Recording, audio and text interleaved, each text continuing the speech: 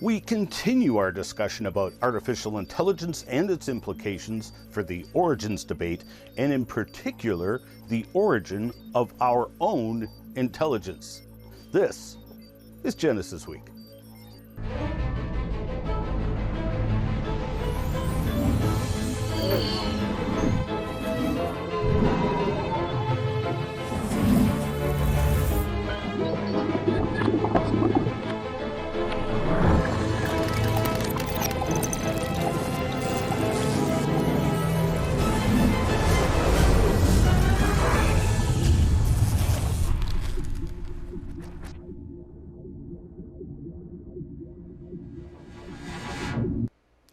And welcome to this episode of Genesis Week, the weekly program of creationary commentary on news, views, and events pertaining to the Origins controversy, made possible by you, the supporters of CORE Ottawa, Citizens for Origins Research and Education. Excellence in pirate broadcasting. We've once again hijacked the airwaves of the Miracle Channel, broadcasting all across the great expanse of Canada via cable and satellite, down into central Michigan on GNS TV, all around the world on the Genesis Science Network, and of course via the internets on Rumble and YouTube. Remember, if you get lost in cyberspace, you can find us at genesisweek.com or my Rumble channel, or on YouTube at wazulu.com. I'm your solo host for this week, Ian Juby.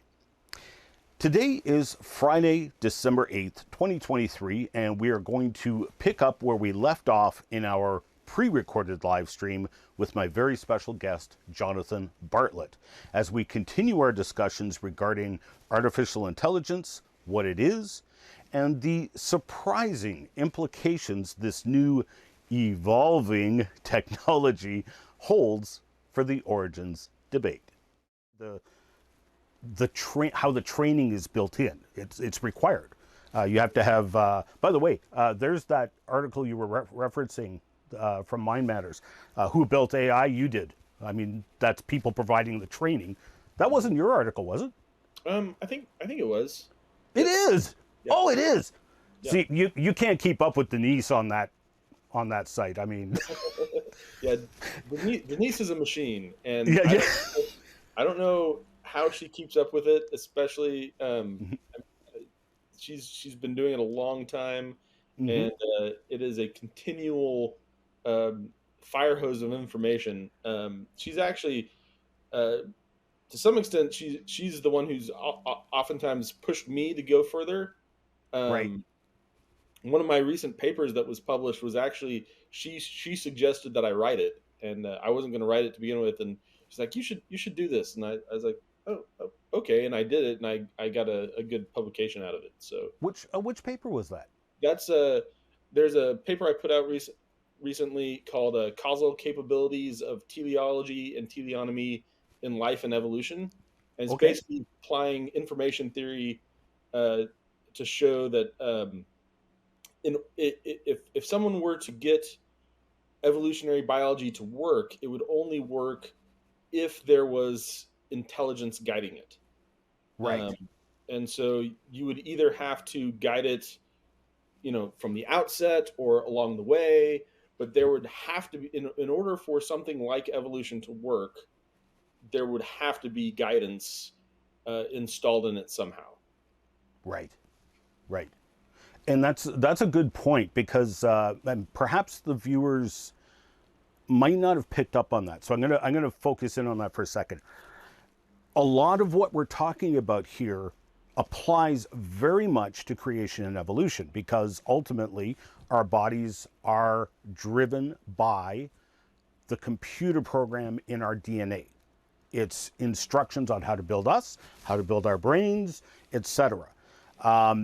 And this is all just a pathetic attempt to simulate our brains and our thought processes. So just like the Big Bang and randomness is not going to produce intelligence and intellectual thought.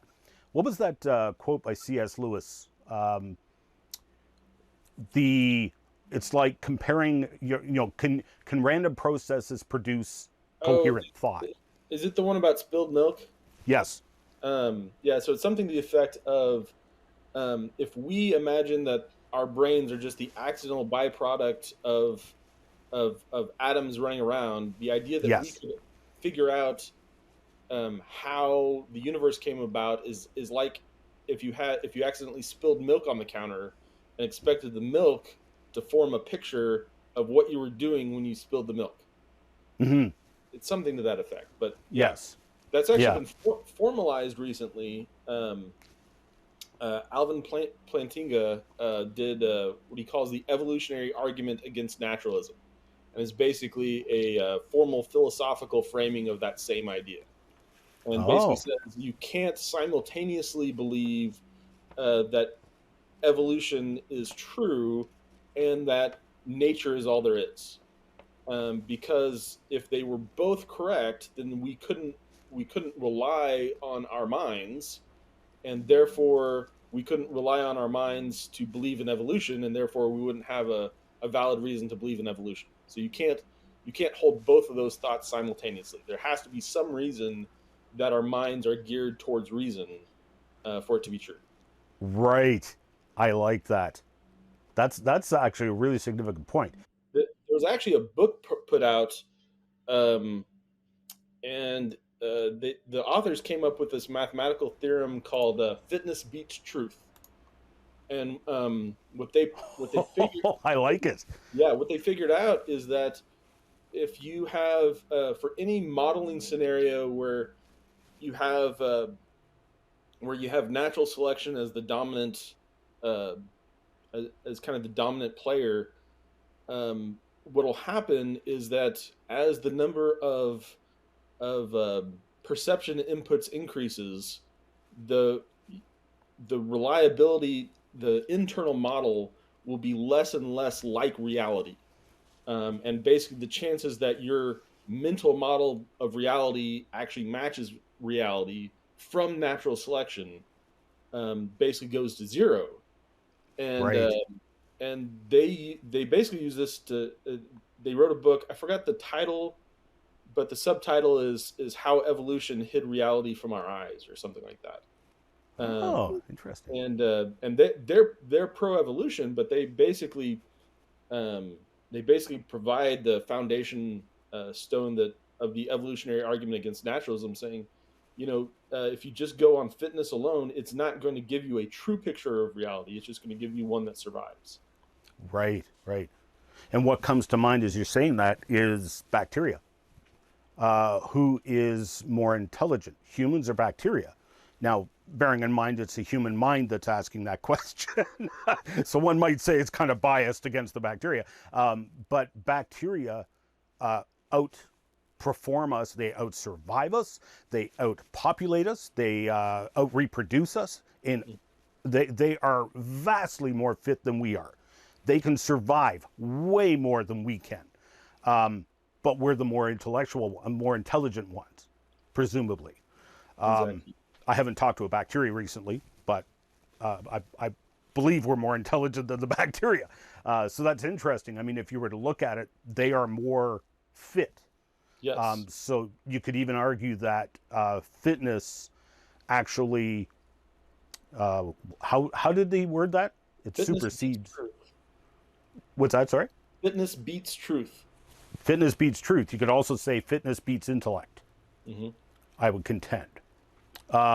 So on that note, this is a paper that we were talking about Denise here again. By the way, I'm going to have to ask Denise. I wonder if she's from the Ottawa Valley here, and if I grew up with her.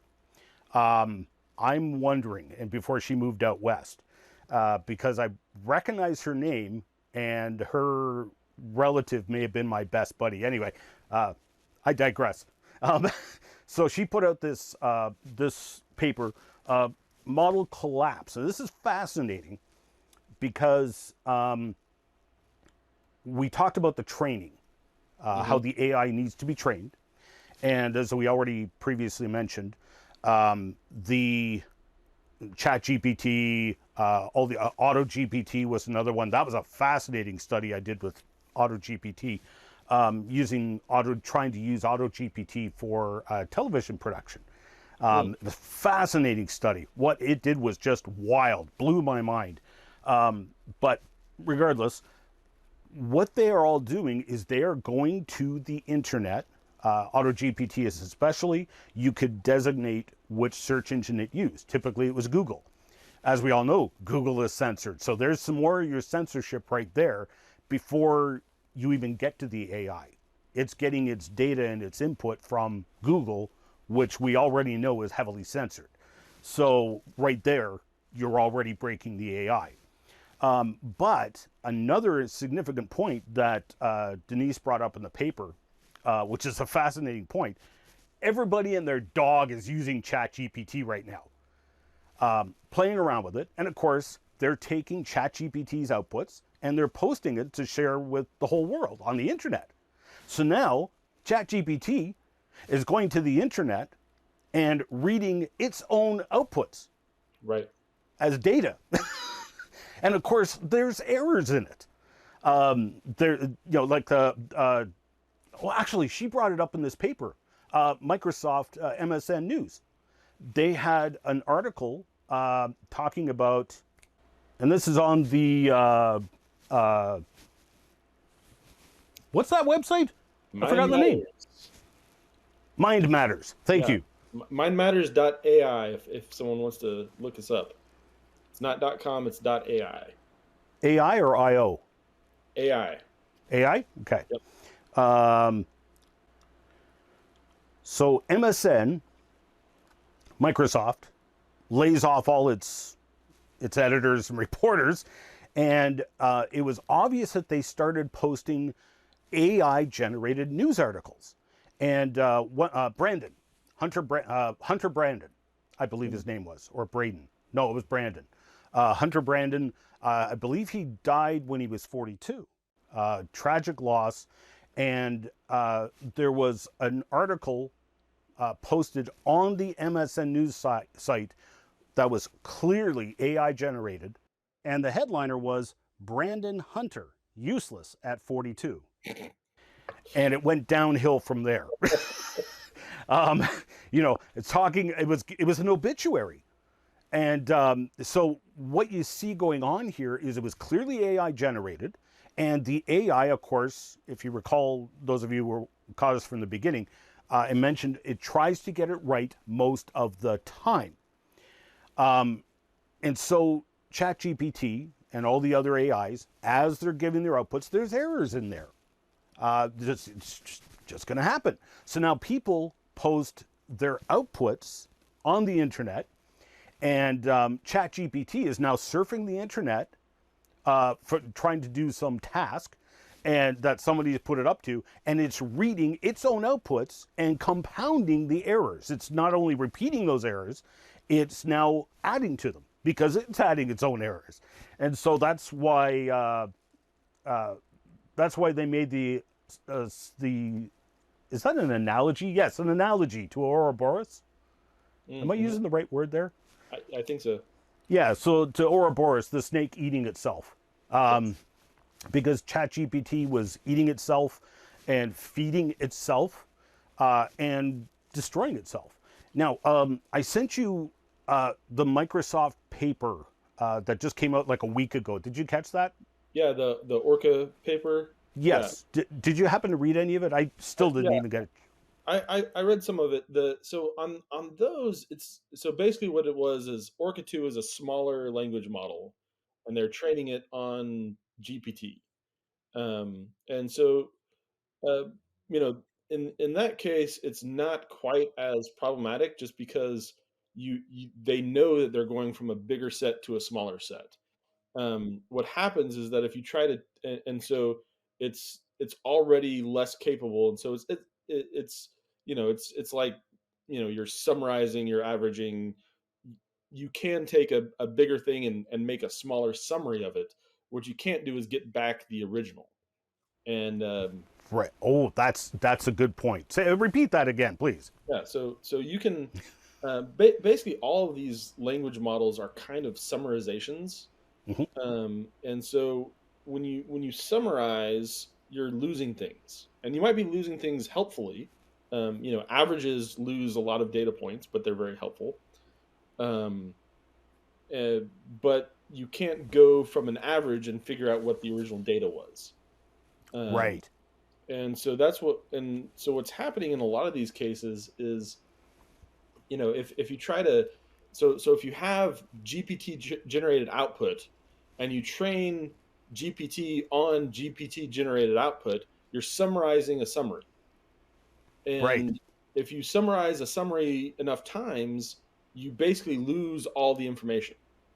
And especially in the case of GPT, where you have, and these other language models where they call them hallucinations, where they kind of, I mean, basically it's an Chat GPT is a very fancy autocomplete, is really what it is. Yeah. Um, I like that analogy. That's a good one. yeah, and so basically so it autocompletes, but you know an autocomplete doesn't know reality, so it might autocomplete something that's not true. Hmm. And so these are called hallucinations when ChatGPT comes up with them, just because people take what ChatGPT says as somehow factual, but it's really Right. just an autocomplete.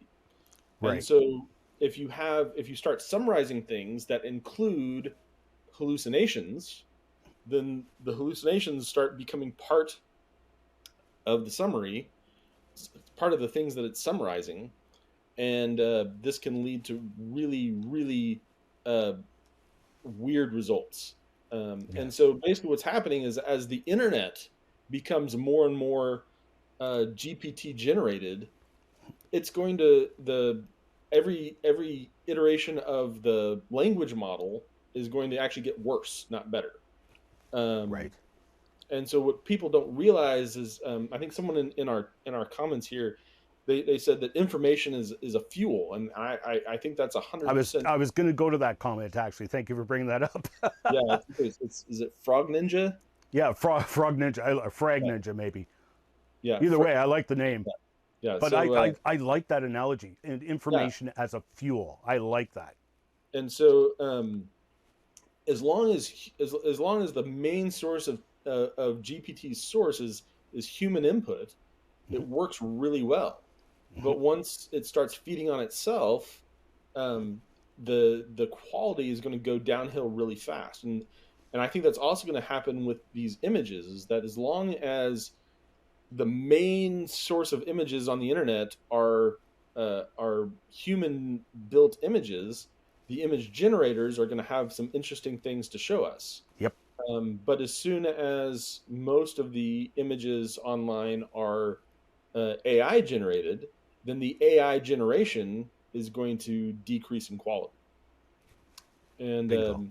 so, personally, I think that um, we should, if there's anything that needs to be done rapidly about AI, it's that be we should institute standards to mark AI generated content, so that Yeah. AIs don't use that, but both so that people know which things are generated, and so that AIs don't use that as input for themselves. Yes. That's a good point. The Complete Creation video series is just that, an exhaustive look at the science, philosophy, and theology behind the creation-evolution debate. In this 40-part series, Ian Juby walks you through the debate, starting with the philosophical premises and limitations of science, then the surprising history of evolutionary and deep-time beliefs. You then walk through the evidence for creation from biology, geology, physics, paleontology, and archaeology. Chances are, any questions you have about the creation-evolution debate is answered in this video library. The series is both entertaining and educational, and suitable for personal study or homeschoolers. This 40-part series is available on a 20-disc set in either standard definition DVD or high definition Blu-ray, and is on sale now. Order your hard copies today online at our store at ianjuby.org. And on that note, again, bringing analogy back to spiritual matters, if we humans are only going to other humans for information and not to our creator, the higher intelligence, we too will feed ourselves to destruction, basically. And so I would liken the human input into the AI generations, the human control, I would liken that to our creator, for example. If we go to him and ask him for direction, guidance, instruction, etc., that's our life giver. He's keeping us on the correct path of truth. Because otherwise, if we're just left to our own devices, we basically wind up feeding ourselves non-truths and building upon that. If you look at a lot of the things that Jesus said, like if you look at if you think about kind of the logical steps, people were doing things that were logical according to kind of their own reasoning. But a lot of things Jesus said allowed people to step out of their own kind of self thinking. So, for example, he said, Yes. "Seek first the kingdom of God and His righteousness, and then all these things will be added to you." And Yes. and we've actually benefited greatly from that, because when people were seeking things for themselves first, we had societies where war was kind of the primary understanding of life, where people would just go and pillage other civilizations if they wanted more. And Jesus is like, well, wait a minute, seek first the kingdom, do what's right, and then all the things that you wanted you'll get. And that's what modern civilization is the result of. It's because as a society we figured out that if we focus on heavenly things first, then the niceties of life will just appear at Walmart. That's the result of everybody having a system where people trust people, having a reliable system where people don't steal from each other as a first way of getting one up on someone, where somebody has to actually do something productive in order to gain something. Right.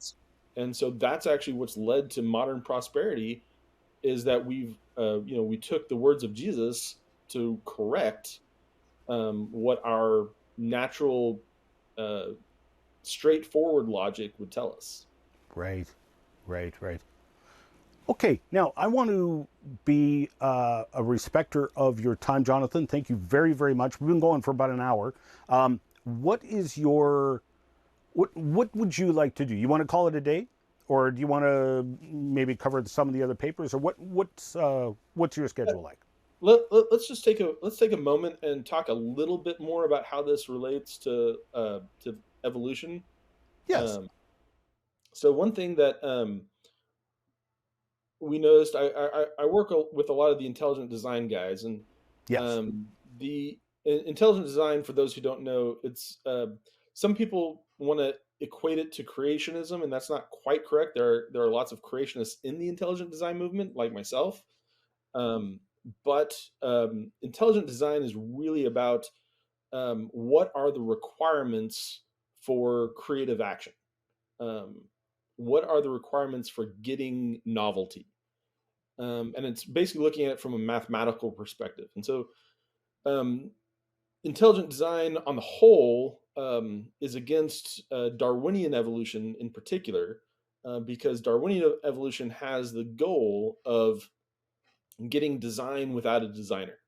And so within the intelligent design community, there's a lot of different perspectives on where the design actually came from. Some people believe that God created it at the beginning with different types of organisms. Some people think that God created it along the way. Some people think that God created one organism at the beginning that had all the information it needed to evolve. There's a lot of different perspectives. But the main thing is that we all recognize that this idea that you can get design without a designer is simply wrongheaded. It doesn't match the math. Right. And that's the I realized, and other people realized, that this is actually the same thing that we're facing in artificial intelligence, is that people were thinking that we could come up with a way of generating intelligence without intelligence, Right. and it's the same mathematics. Uh, Specified complexity is used to both to critique Darwinian evolution and also um, dreams of artificial general intelligence. They're both problematic in the same way. And so, anyway, so the intelligent design movement as a whole is focused on what are the requirements for what does creativity look like, and what are the requirements for it. And so the question is, what is the nature of nature? What does nature itself? What is it like? We're going to call that a wrap for this week, and we'll finish off this conversation in the next episode. I hope you'll join me again. We will have another upcoming live stream recording coming up soon. I'm conversing with a couple of different guests we're hoping to have on the show. Be sure to check out our social media pages to find out when the next live stream recording will be. And if you can join in the conversation live in the chats. Remember those words of both hope and warning from our Creator, the Lord Jesus Christ, who said, "I am the way, the truth, and the life. No man comes to the Father except through me." We'll see you on the flip side. You can send your comments, questions, hate mail, and letter bombs to us in a number of ways. You can email comments at genesisweek.com, or you can tweet at GenesisWeek. Or leave a comment on CORE's Facebook page at CORE Ottawa.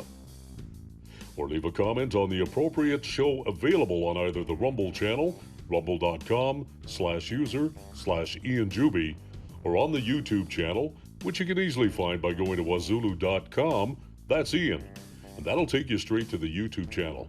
But just remember, these shows are now recorded live, so you'll want to search out the show under the Live tab.